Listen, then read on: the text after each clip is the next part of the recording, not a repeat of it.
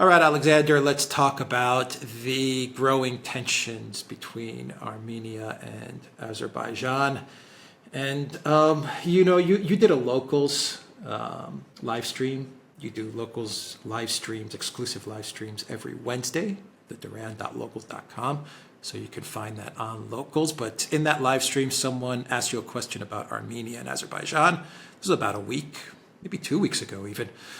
And you said that your hunch on what's going on between Armenia and Azerbaijan is that Pashinyan and the Armenian elite, they've always wanted to get rid of the geopolitical football, the headache, the geopolitical headache that is, for them, in their view, is Nagorno-Karabakh. This is how they see it. And if they can remove this geopolitical obstacle, then for this political elite, they can move Armenia into the European Union and eventually into NATO and out of the Russian orbit. Unfortunately, that's a terrible move because Russia is the only country that is protecting Armenia at this moment in time. But that was your hunch on things, and I think that's correct. I think that's exactly what's going on. And Armenia, in kind of the same way as Ukraine, I'm not saying it's the exact same way, but there are similarities. Armenia is being led down what did Professor Mersheimer say? Down the primrose. The primrose. What was his path. statement? The primrose Path. It was the primrose led up. That's the what it primrose seems path. like with Armenia. Pashinyan is leading them down. Yeah. That terrible path that Ukraine was led down. And, when I was in Yerevan, this is anecdotal, and I've been to Yerevan now twice, I failed to meet anybody, and I talked to quite a lot of people. I failed to meet anyone that had anything even remotely positive to say about Pashinyan, even remotely positive to say about him and his government, which I found to be very interesting, given the fact that I think he's been elected twice. Yes. As prime minister. So anyway, your thoughts? That's exactly what, I think this is exactly what is happening. I think this has been the agenda with Pashinyan all along. And I think, moreover, the Russians know it, which is why they've never trusted him. And I think one of the things that he's trying to do is not only is he trying to unload on Nagorno-Karabakh so that he can bring Armenia into the NATO EU camp, but he also wants to do it in a way that he can blame the Russians, that they've somehow in some way caused it. And this is what all his moves recently have been all about. I suspect, actually, going back to that war that took place back in 2020, I think it was, between Armenia and Azerbaijan, that was partly what was going on then as well. Looking back at that war, it was an odd, strange war, because he didn't really seem to be doing all that he could have done, at least so it seemed to me, in order to repel Azerbaijan and forge relations with the Russians. But instead, anyway, he always has tried to find some way of getting rid of this problem of Nagorno-Karabakh. He's recently announced that Armenia's only interest is in its own territory, which seemed to me to be cutting off Nagorno-Karabakh. But he also said straightforwardly that, if we're losing Nagorno-Karabakh, it's because the Russians won't defend it. Why is removing Nagorno-Karabakh from Armenia so important for Pashinyan in order for him to enter the European Union or NATO? Why is this such a priority for him? Well, it's very straightforward. He can't enter NATO or the EU unless the problem of Nagorno-Karabakh is somehow wished away or taken off the board, because NATO will not include a country like Armenia if there's a serious risk that Armenia could find itself in conflict with Azerbaijan. Bear in mind that one of the countries that would is a member of NATO, which would have a veto over Armenian membership of NATO, is Turkey. And Turkey is, of course, Azerbaijan's ally. But beyond that, NATO does not want to find itself in a war with Azerbaijan at all. So they would never agree, and nor would the EU.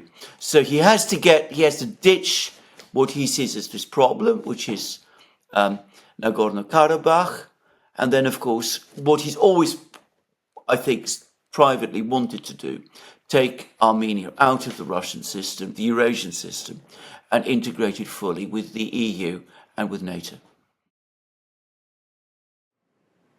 He's going to destroy Armenia.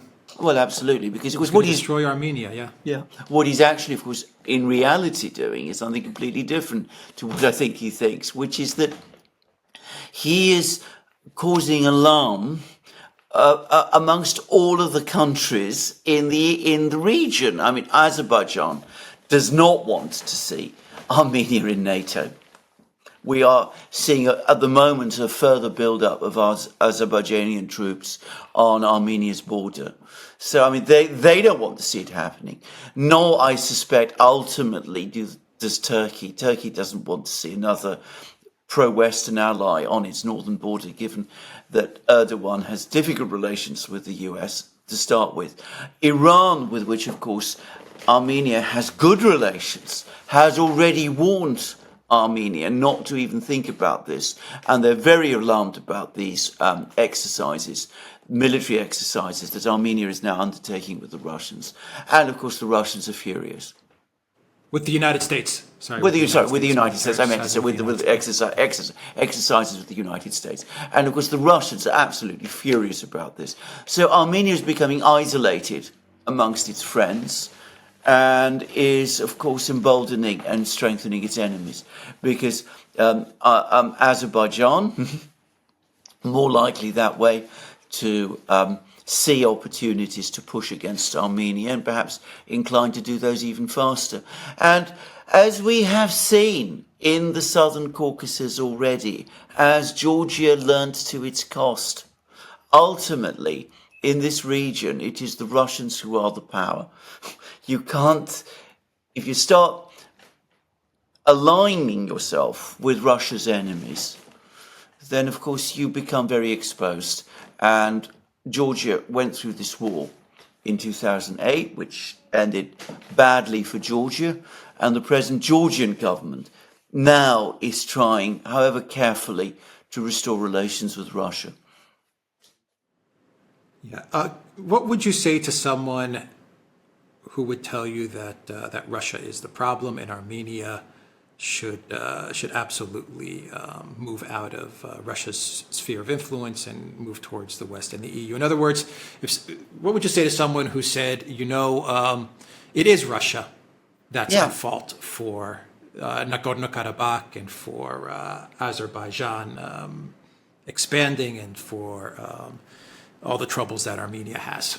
Well, I would say two things. First of all, look at the map. Just look at the map where Armenia is located and ask yourself which country ultimately is the country that, given Armenia's very difficult neighborhood, has always, at the end of the day, provided the backstop, which has enabled Armenia to survive through a very difficult 18th, 19th, 20th, and probably 21st century. It's Russia. That's the first thing I would say. The second is, ask yourself when relations between Armenia and Russia began to go sour. They began to go sour when Pashinyan became leader of Armenia. Up to that point, the Russians had been very strongly backing Armenia. They'd also been strongly backing Armenia quietly over Nagorno-Karabakh. They were telling the Armenians, well, look, you might not be wise in trying to cling on to all that you have. Perhaps you ought to negotiate. But there was never any doubt at that time that the Russians were there and that they would provide Armenia with this backstop. Then Pashinyan came and he began to talk about realigning Armenia, changing Armenia's alignments the Russians were very suspicious of him. I think rightly so. And well, we see that it's since then that the relationship has soured, and we see the price Armenia has already paid. Nagorno-Karabakh is being lost. Yeah, I wonder how much of this has to do with the fact that Armenia now is in a way is acting as a, I guess, as a financial outpost for a lot of Russians. I mean, you go there and you notice there's a very big Russian presence, a lot of Russian businesses, a lot of banks with Russian accounts, because given all the sanctions now against Russia, Armenia is a natural place for Russians to travel to and to set up a presence in, to do business, to move money, to open up bank accounts, which can then help them do business and move money to the West. So I mean, I wonder how much of this has to do with the West also figuring out that if we can get Armenia into our orbit, then we can start to shut down the Russian business that has sprung up in Armenia because of the sanctions. Yeah, I think undoubtedly that plays a big role, and of that there is no question at all. But can I also say, of course, that I think that this desire on the part of some people in Washington to move into the Southern Caucasus has been there for a very long time. I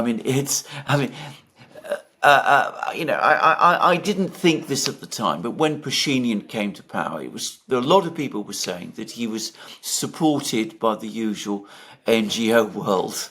And increasingly looks as if that was the case.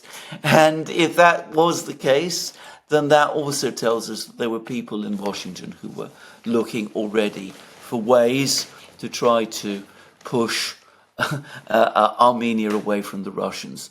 Very bad for Armenia, ultimately. I mean, Russia will continue. Its positions in the Caucasus remain overwhelmingly strong. Armenians, however, are not. And as people from small countries, we know that you need to choose your friends carefully. All right, we will see how this develops. The Duran.locals.com. We are on ODYSEE, BitChute, Telegram, Rumble, and X. And go to the Duran shop. 10% off. Use the code. Good day. Take care.